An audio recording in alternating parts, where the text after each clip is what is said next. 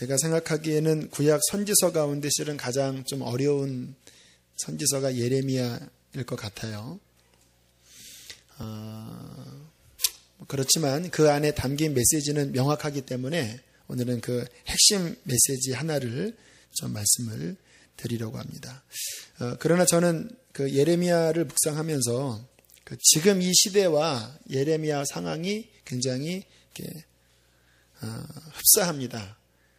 이때도 유다 말기였고 지금도 마지막 때이기 때문에 항상 모든 질병의 마지막은 비슷합니다. 제가 병원에 여러 번 말기 환자들 신방해 보면요, 암이건 다른 병이건 말기쯤에는 증세들이 비슷합니다. 얼굴이 이렇게 누래지시고 점점 이제 기운이 없어지고, 보통 우리가 영화 보면 마지막에 얘들아 너희들 행복하게 살아라 이렇게 되는 경우는 거의 없습니다. 거의 나중에 힘이 빠져서 거의 말 못하고 이렇게 돌아가세요. 이 유다 말기와 지금 이 시대가 일면 비슷하기 때문에 여기에 있는 하나님의 외침이 저와 여러분 이 시대에게 주시는 외침과 굉장히 같아요. 그래서 그 부분을 살펴보기를 원합니다. 당시 유대인들이 가졌던 아주 중요한 확신 두 가지가 있었습니다. 잘 한번 들어보세요. 무슨 확신인지. 첫 번째, 우리는 아브라함의 자손이므로 무조건 구원받는다 라는 확신이 있었어요. 대단하지 않습니까? 육신적으로 아브라함이 조상이니까 그 놀라운 축복권으로 말미암아 우리는 구원받는다. 무조건. 그러한 확신이 하나 있었고요. 또 하나의 그들의 위안을 주는 확신은 뭐냐면 솔로몬 성전이었습니다. 솔로몬이 성전을 지을 때 무슨 기도를 하냐면, 혹시 이 나라 이 민족이 하나님께 범죄해서 적국으로부터 어려움을 당했다 할지라도 이 성전에서 드려지는 기도를 받으시고 그 위험으로부터 건져내소서. 이 성전은 주님의 발등상이고 주님의 눈길이 항상 미치는 곳이고 주님이 거하시는 곳 아닙니까? 그러한 기도를 솔로몬이 드렸는데, 그러한 전통 때문인지 우리나라는 다른 것은 몰라도 성전이 있기 때문에, 하나님의 발등상인 성전이 있기 때문에 우리는 망하지 않는다라는 확신이 있었습니다. 이러한 믿음은 신앙에 있어서 때때로 큰 위안이 돼요. 또 성경적이기도 합니다. 출애굽기에 보면 나를 사랑하고 내 계명을 지키는 자에게는 몇 대까지 은혜를 베푼다고 그랬죠? 1000대. 그러니까 우리의 믿음이 1000대까지 흘러가는 거예요. 은혜가, 아브라함의 믿음이, 그 은혜가 대대 자손에 내려가는 거니까, 우리 선조의 귀한 믿음, 또 그 증거의 성전, 그것 때문에 우리가 보호를 받을 수 있다라고 하는 믿음은 나쁜 믿음은 아닙니다. 제가 20대 때 가장 속상했던 것 가운데 하나가, 제가 몇 번 간증을 했죠. 기도원에 갔는데 어떤 분이 저에게, 대영아, 너는 어머니로부터 쌓인 기도가 없기 때문에 네 목회가 힘들 수 있다. 너 그렇게 좀 기도를 많이 채워달라고 그렇게 너 기도해라. 근데 그 말이 그렇게 서럽더라고요. 그래갖고 그 하늘산 기도원 2층에, 중위층에 있었는데 그 얘기 듣고 제가 너무 속상해서 통성기도 시간에 조용히 일어나서 맨 앞으로 이렇게, 맨 아래층, 맨 앞으로 제가 이렇게 갔어요. 난리 났습니다. 제가 사라졌다고. 대영이가 가출한 거 아니냐, 아니면 얘가 휴거된 거 아니냐, 이런 되게 걱정. 저는 이제 너무 속상해서 그 맨 앞으로 가서 이렇게 주님, 그렇잖아, 내가 주님의 일을 하고 싶은데 어머니 기도가 없다고 하니 주님, 저는 너무 속상합니다. 그렇게 울면서 기도했던 적이 있어요. 하나님이 참 저를 긍휼히 여기셨는지, 지금도 그 목사님은 사역을 하시나요? 피종진 목사님이라는 분, 그때가 89년도니까 진짜 23년 전이죠. 이제 딱 집회 끝나고 안수를 해주시는데요. 뭐 사람 많을 그때는 안수가 뭐 이게 어디 있습니까? 다다닥 뭐 한 대씩 때리는 겁니다. 막. 근데 그분이 저를 탁 치고 간 순간 진짜 뜨거운 전기 같은 이 불이 찍 하더니 제게 이렇게 임하더라고요. 하나님이 저를 위로하시려고 그런 은혜를 주셨던 것 같아요. 우리 부모의 귀한 기도, 그것이 후손들에게 미치는 영향력 작지 않습니다. 유명한 말이 있죠. 눈물의 기도의 자녀는 뭐하지 않는다? 망하지 않는다. 비록 지금은 방황해도 그 어거스틴의 어머니가 들었던 말이죠. 당신이 눈물로 기도한다면 자녀들은 반드시 서게 될 것이다. 굉장히 위안을 주고 또 힘이 되는 말씀이기도 합니다. 그러나 그것보다 더 중요한 것은 뭐냐면요. 본인의 믿음이에요. 본인의 믿음. 아무리 그렇게 주변에서 또 선조가 그러한 믿음의 기도와 축복권을 많이 쌓다 할지라도 본인이 하나님과 관계가 온전치 못하면 그릇 엎어놓은 거 위에 물을 쏟아붓는 거와 똑같은 거예요. 진실로 자기 것이 못 될 수 있다라는 거예요. 제일 중요한 것은 그 본인 자신이 하나님과 바른 관계에 서 있으면 비록 선조의 그 믿음이 적다 할지라도 나와 하나님과의 관계 안에 넉넉히 채워질 수 있는 것입니다. 제가 그때 이렇게 서러웠는데요. 주님께서 저를 사랑하셔서 그러니까 제 마음속에 그러면 더 열심히 해야 되겠다.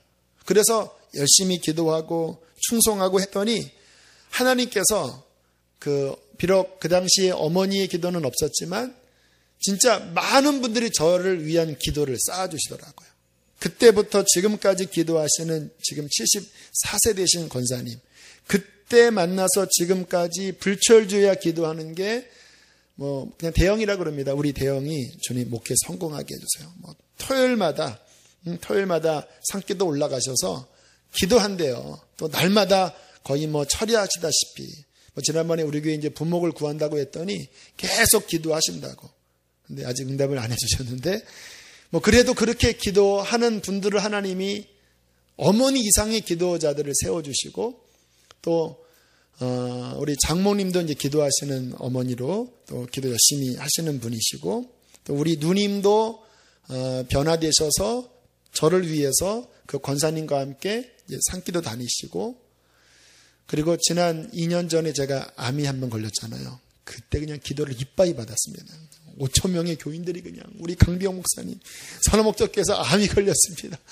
얼마나 기도를 많이 쌓아주시는지 그 몇 달 동안 그냥 제가 한 평생 받을 기도 분량 아마 받았나 봐요. 많은 분들을 통해서 기도를 쌓아주시는 모습을 보면서 그런 생각을 갖는 거예요. 비록 그러한 선조의 믿음은 많지 않지만 정말 하나님 한 분만 바라고 의지하면 그것 하나로 주님께서 충분히 우리 안에 충만한 축복을 채워주신다는 것입니다. 제일 그러나 울트라 캡숑 파워는 누구냐면요. 그 두 가지가 겸비된 분. 부모의 신앙도 충만한데 본인도 딱 서 있으면요. 그분들은 제가 못 따라가겠어요. 그 중에 저 성남의 유모모 목사님, 저 인천의 박모모모 목사님, 저 분당의 이찬 누구 목사님, 저 서울의 오정 누구 목사님, 그분들은 대부분 다 순교자이십니다. 부모님이.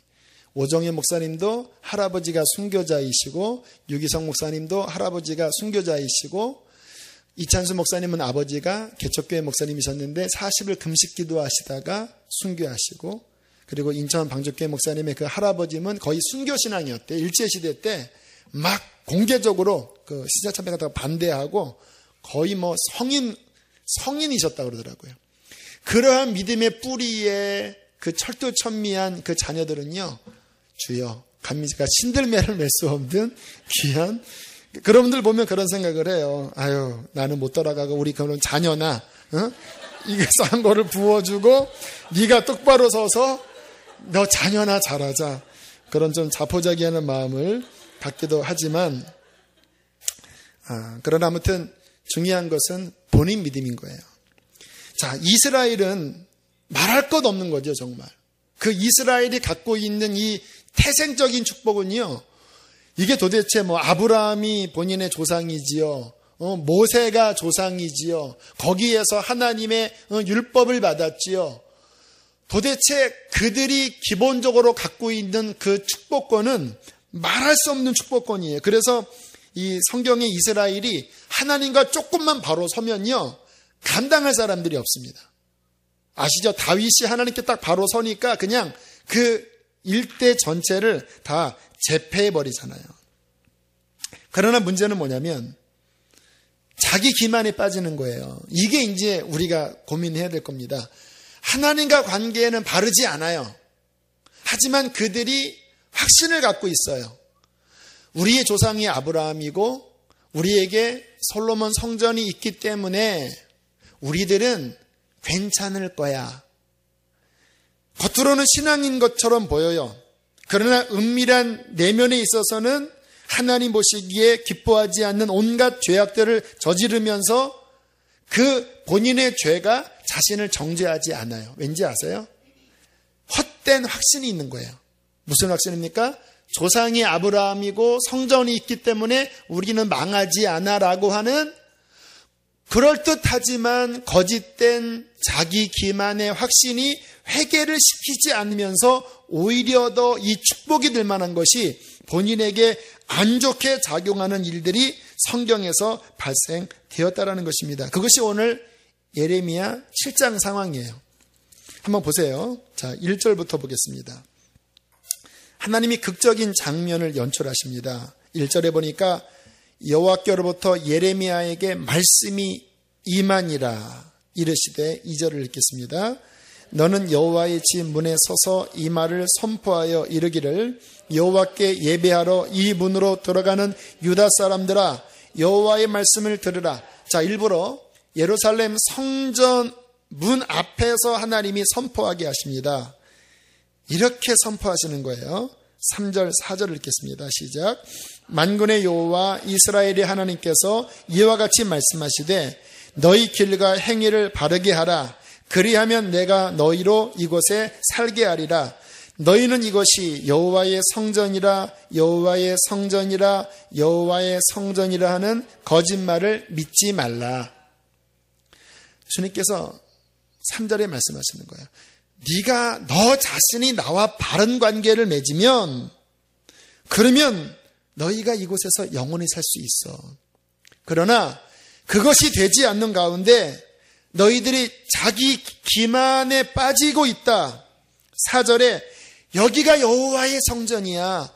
여기가 여호와의 성전이야. 여기가 여호와의 성전. 3번 말한 것은요, 그들이 확신이 얼마나 강했는지를 보여주는 거예요. 얼마나 강했는지. 그래서 우리는 망하지 않아 라고 하는 뭐를 믿지 말라고요? 거짓말을 믿지 말라. 뒤로 넘어갑니다. 8절 보세요. 8절. 굉장히 중요한 지금 영적 원리를 말씀을 드리는 거예요. 시작. 그들이 의존하고 있습니다. 무슨 의존? 우리는 아브라함의 자손이고 여기는 여호와의 성전이다, 성전이다, 성전이다 라고 하는 자신을 유익하게 하지 못한 거짓말적인 확신을 의존하면서 회개치 않는 거예요. 많은 사람들이 회개치 않을 때 가만히 그 내면을 들여다보면요, 바로 이와 같은 거짓 의존이 있습니다. 그래도 나는 성실하게 살았으니까 나는 천국 갈 수 있을 거야. 나 모태신앙이잖아. 나 교회에 일주일에 하나님 얼굴 이렇게 난 이렇게 도장 찍어. 내가 그래도 이렇게 교회 봉사도 했어. 그러한 여러 가지 생각들 때문에 정작 회개를 해야 되는데 그 거짓된 자기 기만에 빠져서 회개치 않는 경우가 굉장히 많아요. 왜 회개 안 합니까? 이 정도 살면 되는 거 아닙니까? 그래도 내가 돈 벌어다가 아내에게 갖다 주고 내가 무슨 크게 잘못했습니까? 그거 다 하는 거 아닙니까? 요즘은 술 마시면 2차 3차 가서 이렇게 남의 다리도 이렇게 만지고 다 그런 거 아닌 뭐 이런 뭐 그 정도쯤이야. 그래도 주일날 와서 주여 아시지요? 뭐 이 정도 하면 그래도 하나님이 용서하는 거, 이런 생각에 빠지면서 회개치 않는 분들이 의외로 많아요. 주님이 오늘 말씀하세요. 너희가 무익한 거짓말을 의존하는도다. 자, 8절부터 9절부터 10절까지 읽으세요. 시작. 살인하며 가늠하며 거짓 맹세하며 바알에게 분향하며 너희가 알지 못하는 다른 신들을 따르면서 내 이름으로 일컬음을 받는 이 집에 들어와서 내 앞에 서서 말하기를 우리가 구원을 얻었나이다 하느냐. 그렇죠. 너희가 가늠하며 살인하며 남의 것 훔치며 거짓말하며 그리고 바알에게 분향하고 다른 신들을 따르면서 이 집에 들어와서 서서 말하기를 뭐라고 이야기해? 10절에 우리가 구원을 얻었습니다. 회개치 않고. 정확히 오늘날의 현실입니다. 정확하게. 오늘도 이러한 자기 기반이 얼마나 많은 사람이 빠져 있는지 몰라요.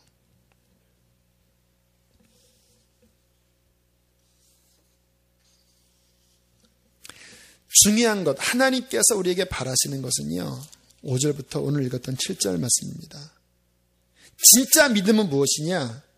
내가 믿는 그 신앙을 통하여 이제 내 삶에 이러한 것들을 순종해 나가는 거예요. 자, 5절부터 7절 다시 읽습니다. 시작. 너희가 만일 길과 행위를 참으로 바르게 하여 이웃들 사이에 정의를 행하며 이방인과 고아와 과부를 압제하지 아니하며 무지한 자의 피를 이곳에서 흘리지 아니하며 다른 신을 화를 자초하지 아니하면 내가 너희를 이곳에서 살게 하리니 곧 너희 조상에게 영원 묵은토록 준 뭐라고 말씀하는 거냐면 그래 내가 너희를 이 땅에 살게 하기를 원한다. 너희들 아브라함의 자손 아니냐.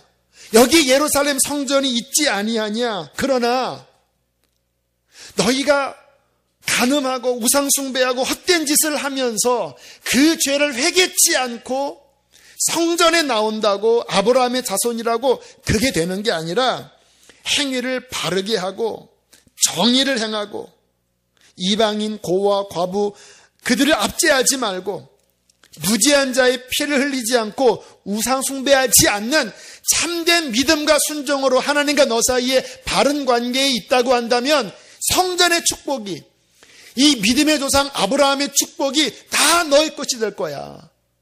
그러나 이게 아니면 결코 너희의 그 육적인 모든 것들이 하나도 너희에게 유익하지 않아라고 주님이 말씀하고 계시는 것입니다. 이 말씀은요, 지금 이 시대가 갖고 있는 혼미함입니다. 저도 지금 정신 바짝 차리면서 이러한 말씀들을 저 자신에게 적용하고 있는지 아세요? 저 같은 사람이 위험한 사람이에요. 왜냐하면 저는 설교합니다. 하나님 말씀을. 근데 이 말씀은 성경이니까 하나님께서 전할 때 깨닫게 하세요. 하지만 제가 깨닫고 전한다고 제가 그러한 사람 되는 게 아니에요. 가르치는 분들이 그래서 더 조심하셔야 됩니다. 교회의 집사님까지는 괜찮아요. 순수하더라고요. 근데 권사님쯤 되시면, 장로님쯤 되시면, 저같이 목사가 되면요, 이 어떻게 괴리가 벌어지냐면 너무 많이 알아요. 또 남을 권면하고 훈계하고 가르칠 줄 알아요. 그런데 뒤를 돌아서서 나의 본질은 그게 아니에요.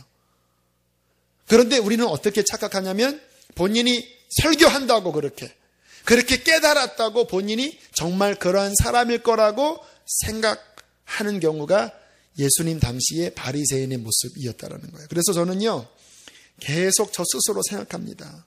너는 정말 네가 전한 것처럼 살고 있는 진짜 목사냐? 너 그 상태에서 하나님 앞에 서면 너 괜찮겠니? 이러한 질문 앞에 정말 소스라치게 저 자신을 또 점검하고 또 점검해요. 몇 주 전에 금요 성령 집회 때 영상으로 봤던 우간다의 존 목사님의 간증이 요즘 자꾸 생각이 나요. 그렇게 기적도 많이 일어나고 기름 부으심이 강력한 주님의 종이었는데 제가 다시 인용을 해드릴게요. 이것은 우리들이 꼭 기억을 하셔야 돼요. 주님께서 그분에게 이렇게 말씀하셨습니다. 존, 만약 지금 내가 재림해서 신부를 부르러 온다면 너는 그 신부들에게 속하지 않을 것이다. 나는 너 데려가지 않을 거야. 너무나 큰 충격을 받았습니다. 왜냐하면 기름 부으심이 나타났거든요. 병고침이 일어났거든요. 부인할 수 없이. 너무 충격을 받아서 얼떨떨해하고 있는데 다시 한번 말씀하시더래요. 너를 데려가지 않겠다.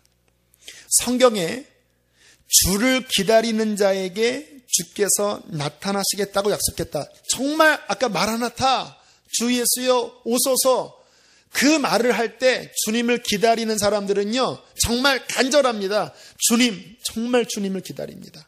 그런데 그렇게 말할 때 남 얘기하듯이 하는 분들은 말은 그렇게 해도 실제로는 기다리는 분이 아니죠. 주를 기다리는 자에게 주님이 나타나시겠다고 약속했는데 너는 나를 기다리는 사람이 살아야 할 그러한 삶을 살고 있지 않다. 너는 온갖 더러운 것이 너의 삶에 흘러 들어오도록 허용하고 있다.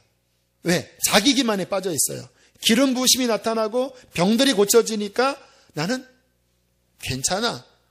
그런데 자기 육신에서 역사하는 그 더러운 생각들이 흘러 들어올 때 그냥 또 은근히 즐기는 거예요. 그래서 도대체 그게 무엇입니까? 라고 했을 때 너 간음했다. 도저히 그것이 받아들이지 않다. 내가 언제 간음했습니까? 그때 주님께서 한 장면을 보여주시는데 택시에 타고 앉아 있으면서 한 여자가 지나갈 때 상상으로 온갖 것들을 다 하는 거예요. 본성 안에 그러한 생각들이 있거든요. 하지만 우리가 예수님을 의식한다면 아이코 주님 또 이게 뭡니까? 또 이 가증한 육신이 이게 또 발동거리네요. 십자가 바라보고 주님 나의 옛사람은 주와 함께 죽었습니다. 주님 내가 속에서부터 거룩하길 원합니다. 이게 구원받은 사람의 싸움이거든요. 저도 그렇게 싸워나가요. 그런데 이분이 자기 기만에 빠졌기 때문에 그 생각이 한번 육신이 발동되기 시작하면 끝도 없이 가는 거예요. 이렇게 침대에 누워서 또 한번 상상이 발동되면 마음껏 즐기면서도 죄의식을 전혀 느끼지 않고 있었다라는 거예요. 그때 주님이 하시는 말씀, 내가 보고 있었다. 내가 보고 있었다. 나 여호와는 중심을 살피는 여호와라는 말씀을 네가 잊었느냐? 마음으로 품은 음욕이 간음이라고 했던 나의 말을 너는 기억하지 않느냐? 너는 또한 시기했고 남을 중상했고 겉으로는 착한 척을 했지만 너 자신을 높이고 다른 사람들이 인정받으면 너는 질투했다. 그때 그 기가 막힌 그 통렬한 그 주님의 그 폐부를 찌르는 빛비춤에 비통이 회개하다가 낙심을 했대요. 그러면 그동안 내가 사역할 때 그 일어났던 엄청난 기름 부으심과 그 놀라운 역사는 그럼 뭐란 말인가? 내가 마귀한테 속았나? 그 생각을 주님께서 아시고 이렇게 말씀을 하시더래요. 나는 네가 어떠함 때문이 아니라 그 시간에 나의 말씀을 들으러 나온 나의 사랑하는 양 때문에 내가 역사한 것이다. 너는 그러한 기적을 근거로 너의 가치를 측정하지 말아라. 너희의 가치는 기사와 징조와 사역이 있지 않다. 기적이 중요한 게 아니라 따라합시다. 네가 거룩한 것이 중요하다. 여러분, 그래서 마태복음 7장 상황들이 벌어지는 거예요. 우리 마음에 우리의 삶에 일어나는 여러 가지 좋지 못한 생각, 입술의 말들 사소하게 여기시면 안 돼요. 정말 주님께서 우리에게 원하시는 것은 뭐냐면요, 사역도 아닙니다. 성공도 아닙니다. 정말 주님과 나 사이에 내가 믿는 예수가 내 중심에 들어와서 정말 내 모든 죄를 씻고 나를 거룩하게 변화시키고 내 삶에서 죄를 이기게 하고 육신을 이기게 하고 내가 믿는 십자가가 오늘도 나를 주님의 형상으로 더욱더 변화시킨다면 여러분은 돈이 없어도 세상적으로 성공하지 않아도 하나님 보시기에 당신은 성공자입니다. 정말이에요. 성공자예요. 하지만 돈이 많고 사업이 형통하고 모든 것이 형통하지만 내 내면에 내가 믿는 신앙이 나를 변화시키지 못하고 있다면 여러분 속지 마십시오. 주님께서 여러분의 중심을 보시고 여러분에게 말씀을 하실 것입니다. 그러한 성경이요, 신약에도 굉장히 많이 나옵니다. 고린도전서 6장 9절로부터 11절에 보면 불의한 자가 하나님의 나라를 유업으로 받지 못할 줄을 알지 못하느냐, 미혹을 받지 말아라. 같은 이야기예요. 지금 이 구약과 신약이 똑같은 말이에요. 이스라엘은 자기의 선조가 아브라함이라고 성전이 있다고 그 미혹받았잖아요. 초대교회는 입으로 예수를 믿는다고, 또 교회에 다닌다고, 또 그것 때문에 또 자기 기만에 빠지는 일들이 벌어졌다라는 거예요. 불의한 자가 하나님 나라를 유업으로 받지 못할 줄을 알지 못하느냐, 미혹받지 마라. 음행하는 자나 우상 숭배하는 자나 간음하는 자나 탐색하는 자나 남색하는 자나 도적이나 탐욕을 부리는 자나 술 취하는 자나 모욕하는 자나 속여 빼앗는 자들은 하나님의 나라를 유업으로 받지 못하리라. 갈라디아서 5장에 육체의 일은 분명하니 곧 음행, 더러운 것, 호색, 우상 숭배, 주술, 원수 맺는 것, 분쟁, 시기, 분냄, 당짓는 것, 분열, 이단, 투기, 술 취함, 방탕함, 또 그와 같은 것들이라. 전에 너희에게 경계한 것 같이 지금 또다시 경계하노니 이러한 일을 하는 자들은 하나님의 나라를 유업으로 받지 못할 것이요. 똑같은 이야기를 하는 거예요. 그러나 우리가 한번 생각해 보면요. 그러면 우리 육신 안에서 지금 말씀드린 분냄, 당짓는 것, 시기, 분쟁, 술 취함, 방탕, 이게 우리 안에서 드글드글거리잖아요. 제 안에도 드글드글거려요. 정말 제 육신을 가만히 보면요, 성경에 나와 있는 죄들이 그냥 온갖 드글드글거려요. 그러면 도대체 이렇게 말씀하는 게 이게 주님이 앞뒤가 안 맞는 것 같아요. 예수 믿으면 구원받겠다고 해놓고 우리 자신은 이 죄투성인 자인데 지금 말씀하는 이러한 삶을 살면 천국 못 가겠다고 하면 누가 천국 가요? 이 말씀은요, 완벽하다라는 말씀이 아니에요. 분명히 우리 안에 그런 싸움들이 있어요. 여러분, 성령님을 왜 주셨습니까? 그냥 랄랄랄 하면서 그냥 은사 하고 그냥 이상한 기적을 행하라고 성령을 주셨습니까? 그것도 일면 있지만 성령을 주신 핵심, 십자가를 주신 핵심은 뭐냐면요, 내 안에 주신 십자가의 복음과 내 안에 오신 성령으로 말미암아 이 육신의 소욕을 싸워 이겨 거룩함에 이르라고 십자가와 성령을 주신 것입니다. 제가 여러분에게 돈 100만 원을 주면서 여러분의 자녀를 잘 양육하기 위하여 이 돈을 쓰세요라고 했는데 그 돈 가지고 다른 거 해 드시면 기분 나쁘겠죠. 하나님께서 우리에게 십자가 복음을 준 것, 하나님께서 우리에게 보혜사 성령을 주신 것은 우리 슬플 때 위안을 주고 그냥 이 세상 살아가면서 조금 그렇게 엔돌핀 나오는 그 정도로 주신 것이 아니에요. 십자가 복음을 주시고 성령을 주시고 예수를 주신 것은 너희 힘으로 세상을 이길 수 없고 육신을 이길 수 없고 다 지옥 가니까 내가 너에게 준 십자가와 성령을 통하여서 육신과 싸워 이기고 죄와 싸워 이기고 세상과 싸워 이겨서 끝내는 구원을 받으라고 주신 것입니다. 오늘날 너무나 많은 사람들이 오도하고 있습니다. 그 십자가 복음이 자기 뒤치다거리나 하고 그저 뭔가 위안을 주는 그 용도로만 사용하다 보니까 정작 죄와는 싸우지 않고 세상과는 싸우지 않으니까 자기 기만에 빠져서 믿긴 믿지만 그 삶의 열매는 온갖 육신의 열매로 가득해서, 그래서 지금 수많은 사람들이 이 상황에서 주 앞에 서면요, 요 예레미야 상황과 똑같아요. 굉장히 많은 사람들이 주님 앞에서 버림당할 것입니다. 굉장히 많은 사람들이. 안타까움이에요. 저 자신의 두려움이기도 하고요.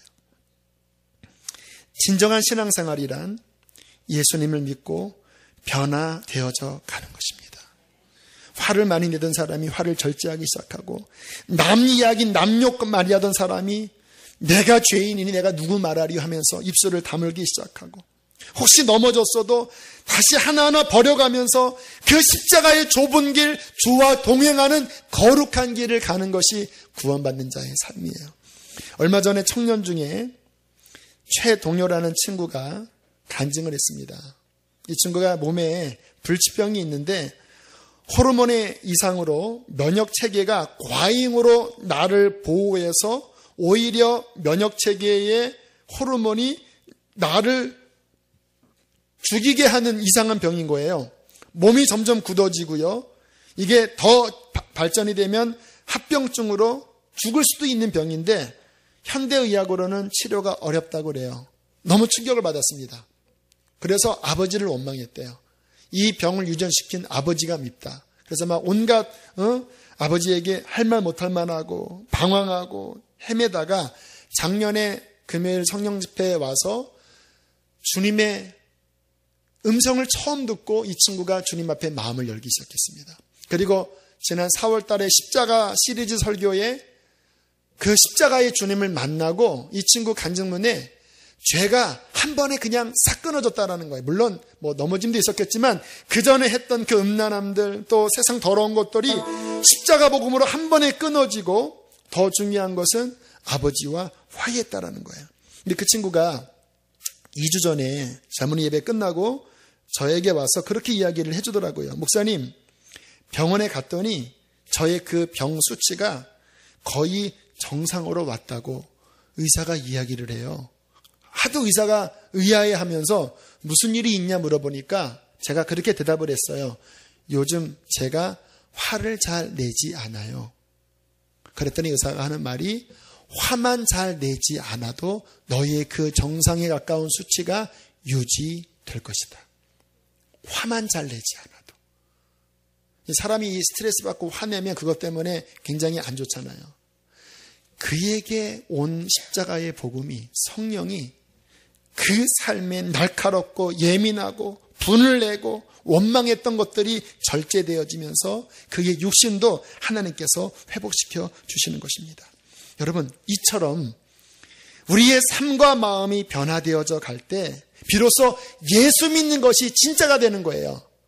요 당시로라고 하면은 그들의 삶이 정말 율법처럼 거룩하게 변화될 때 조상의 아브라함의 그 천대의 믿음이 미치는 거예요. 그들이 주님과 거룩하게 동행할 때 성전의 축복이 그들에게 고스란히 내려오는 거예요. 우리에게 적용하면 우리가 그 예수 십자가를 통하여 주님과 동행할 때 성령의 은총, 십자가의 은총이 우리의 삶에 말할 수 없는 축복으로 오게 되는 것입니다.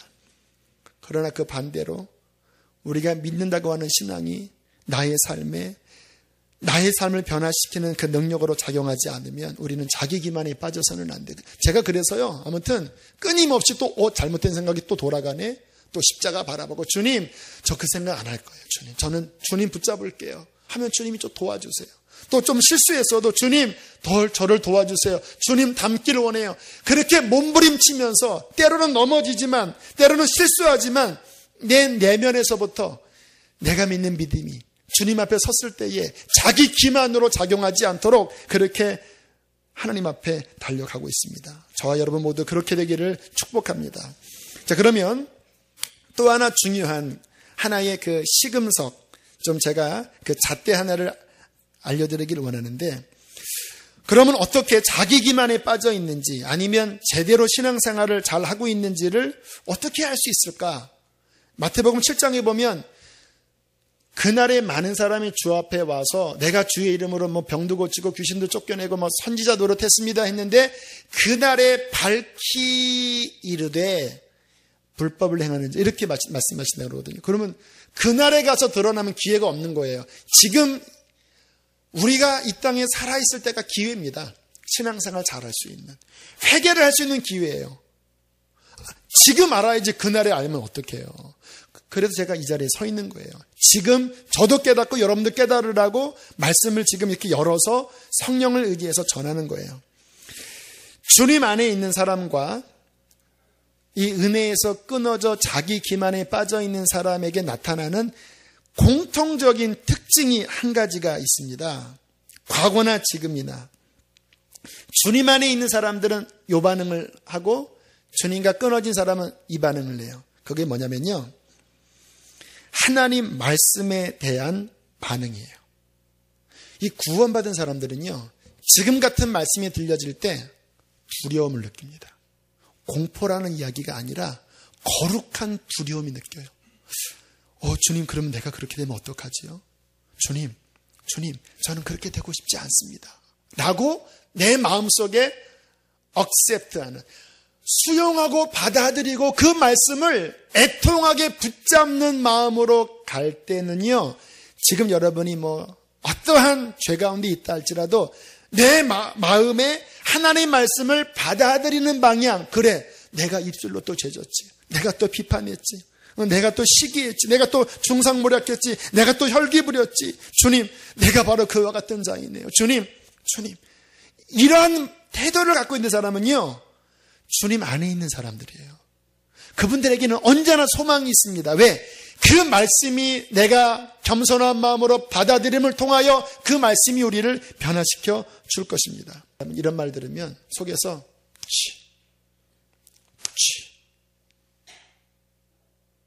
꼭 저렇게 말해야 돼? 이렇게 하든지 아니면 그냥 멍하니 좌우가 분별이 안 돼. 도대체 내가 그렇게 사는 건지 안 사는 건지 전혀 느낌이 없어요. 그러면 굉장히 좋지 않는 상황 가운데 있는 것입니다. 지난주 우리 분당 우리 교회 이찬수 목사님 설교를 우리 교역자 태수에 오는 길에 이제 다운받아서 한번 듣게 되었어요. 제가 그분을 존경합니다. 왜 존경하냐면 이분은 살아있어요. 대형교회, 지금 거의 15,000, 2만 명 교회이지만 이분의 중심은요, 살아있어요. 어떤 면에서, 지금 제가 드리는 면에서 살아있어요. 그런 간증을 하시더라고요. 지난 5월 13일이 창립 10주년이었대요. 그 교회가 폭발적으로 성장을 했거든요.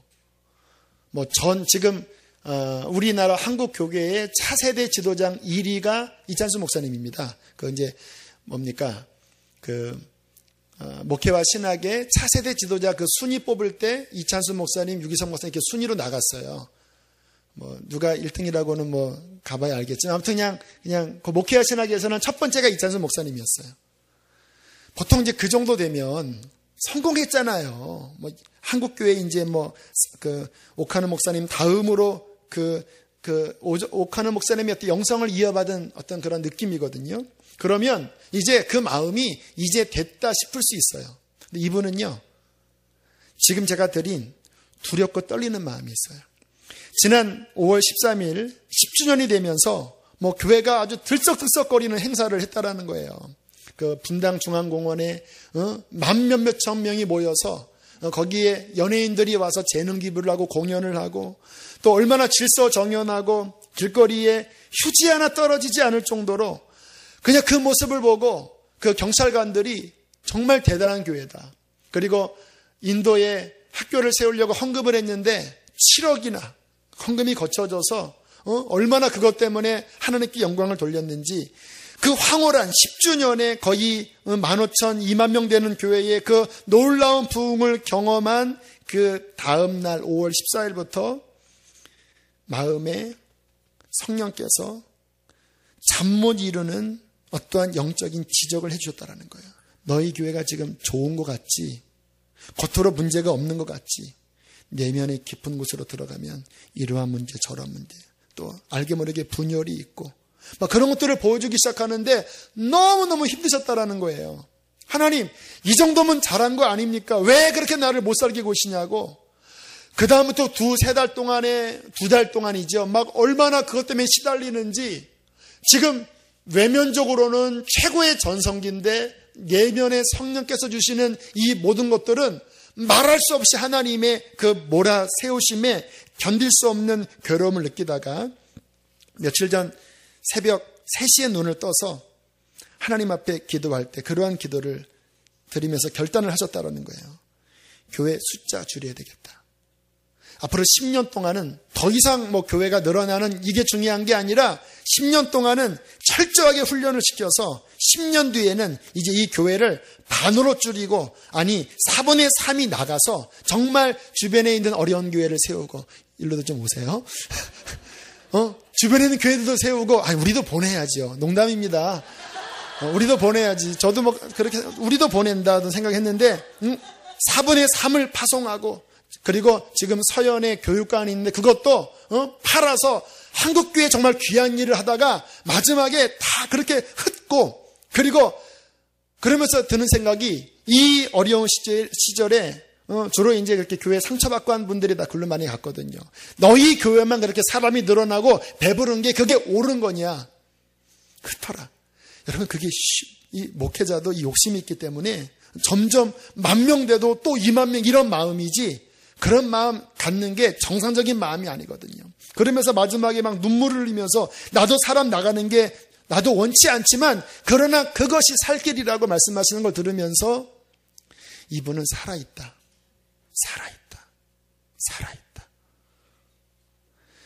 주님께서 우리에게 원하시는 것이 바로 그런 마음이에요. 하나님의 말씀이 들릴 때, 지금 마지막 때라고 막 외침이 있잖아요. 저는요, 그러한 외침을 들을 때마다 제 마음이 항상 떨렸습니다. 존 물린디 목사님이 그런 간증을 하면 나는 그러면 그런 사람이 아닐까? 충분히 그럴 만한 이 건덕지들이 내 안에 많이 있는데, 내가 이런 말씀을 전하면서 나는 전해놓고 내가 뒷근육으로 그렇게 또 잘못 살면, 그래서 제가 다 말 못할 회개를요, 우리 기획위원회 때 무슨 문제 그거 고치겠습니다. 말 못할. 그러면서 저도 하나하나 고쳐나가기 시작하는 거예요. 왜? 주님 앞에 저도 정직하고 바르고 바르게 서기를 원하기 때문에. 이 예레미야 지금 제가 다 찾지 않지만요, 한 군데만 보겠습니다. 혹시 우리가 그렇게 될까 봐. 36장으로 들어가 봐서 36장. 예레미야 36장. 자, 1절부터 3절까지 좀 빨리 읽어보세요. 시작. 유다의 요시야 왕의 아들 여호와김 제4년에 여호와께로부터 예레미야에게 말씀이 임하니라. 이르시되 너는 두루마리 책을 가져다가 내가 네게 말하던 날 곧 요시야의 날부터 오늘까지 이스라엘과 유다와 모든 나라에 대하여 내가 네게 일러준 모든 말을 거기에 기록하라. 유다 가문이 내가 그들에게 내리려 한 모든 재난을 듣고 각기 악한 길에서 돌이키리니 그리하면 내가 그 악과 죄를 용서하리라. 이 말은 뭐냐면 그동안 내가 너에게 예언했던 모든 그 재앙의 말을 그 한 책에 다 기록해서 들려 읽어라. 이 말 듣고 회개하면 내가 그들을 용서할 것이다. 자, 그런데 그 바룩이라고 하는 서기관이 예레미야의 모든 구전을 다 기록해서 먼저 백성들에게 읽혔고요. 백성이 그 이야기를 듣고 또 깜짝 놀라서 이제 그 당시 고관들에게 읽혔고, 또 그 고관들이 그 당시에 왕에게 그 두루마리를 읽혔습니다. 자, 20절 보세요. 20절 쭉 지나가서 20절. 자, 25절까지 읽겠습니다. 시작. 뜰에 들어가 왕께 나아가서 이 모든 말을 왕의 귀에 아뢰되 왕이 여호디를 보내어 두루마리를 가져오게 하매 여호디가 서기관 엘리사마의 방에서 가져다가 왕과 왕의 곁에 선 모든 고관의 귀에 낭독하리. 그때는 9째 달이라. 왕이 겨울 궁전에 앉았고 그 앞에는 불 피운 화로가 있더라. 와우디가 서너 쪽을 낭독하면 왕이 면독하려 그것을 연하여 베어 화롯불에 던져서 두루마리를 모두 태웠더라. 왕과 그의 신하들이 이 모든 말을 듣고도 두려워하거나 자기들의 옷을 찢지 아니하였고 엘리사단과 들라와 그마랴가 왕께 두루마리를 불사르지 말도록 아뢰어도 왕이 듣지 아니하였으며, 쭉 읽으세요. 왕이 왕의 아들 여라무엘과 아스레엘의 아들 스라마야 압디엘의 아들 셀레마에게 명하여 서기관 바룩과 선지자 예레미야를 잡으려 하였으나 여호와께서 그를 숨기셨더라. 30절 31절 있습니다. 시작. 그러므로 여호와께서 유다의 왕 여호와김에 대하여 이와 같이 말씀하시니라. 그에게 다윗의 왕위에 앉을 자가 없게 될 것이요 그의 시체는 버림을 당하여 낮에는 더위 밤에는 추위를 당하리라. 또 내가 그와 그의 자손과 신하들을 그들의 죄악으로 말미암아 벌할 것이라. 내가 일찍이 그들과 예루살렘 주민과 유다 사람에게 그 모든 재난을 내리리라 선포하였으나 그들이 듣지 아니하였느니라. 1절부터 3절까지는요 돌이키면 용서하려고 그랬어요. 그런데 왕이 그 두루마리를 면도칼로 베어서 화로에 집어 던졌어요. 나 그런 말 듣기 싫다. 나 왕 아니냐? 우리에게 성전이 있지 아니하냐? 우리 아브라함의 자손이 아니냐? 무슨 작자가 이런 말을 해? 우리 마음속에서 하나님의 말씀을 그렇게 면도날로 베어서 버리면 소망이 없습니다. 이사야서에 말씀합니다. 나의 이 말을 듣고 떠는 그를 내가 권고하리라. 나의 이 말을 듣고 주님 다시 오신다 깨어 준비하라라는 말을 듣고 오 주님 내가 세상에 빠져 있습니다. 오 주님 내 옷이 더럽습니다. 오 주님 내가 음란합니다. 주님 내가 정말 십자가 믿음으로 그 모든 것들을 끊고 주님과 동행하겠습니다. 연약한 저를 도와주십시오. 성령을 보내주십시오. 주님 저를 긍휼히 여겨주세요 하면 하나님은 그 회개하는 모습을 보시고 그를 용서하십니다. 주의 인자와 자비는 끝이 없어요. 그러나 그 마음을 완악하게 하여 돌이키기를 꺼려하면 그러면 그에게는 소망이 없는 거예요. 우리 수지선한 목자교회가 거기에 목사인 제가 이 자리에 참여한 여러분들이 이 마지막 시대에 정말 주님 앞에 마음을 연하게 하고 주의 말씀이 하늘과 땅을 진동시킬 때에 하나님 앞에 깨어 회개하여 주님 앞에 서는 그날 자기 기만에 빠진 자가 아니라 거룩함으로 서는 저와 여러분 되시기를 축복합니다.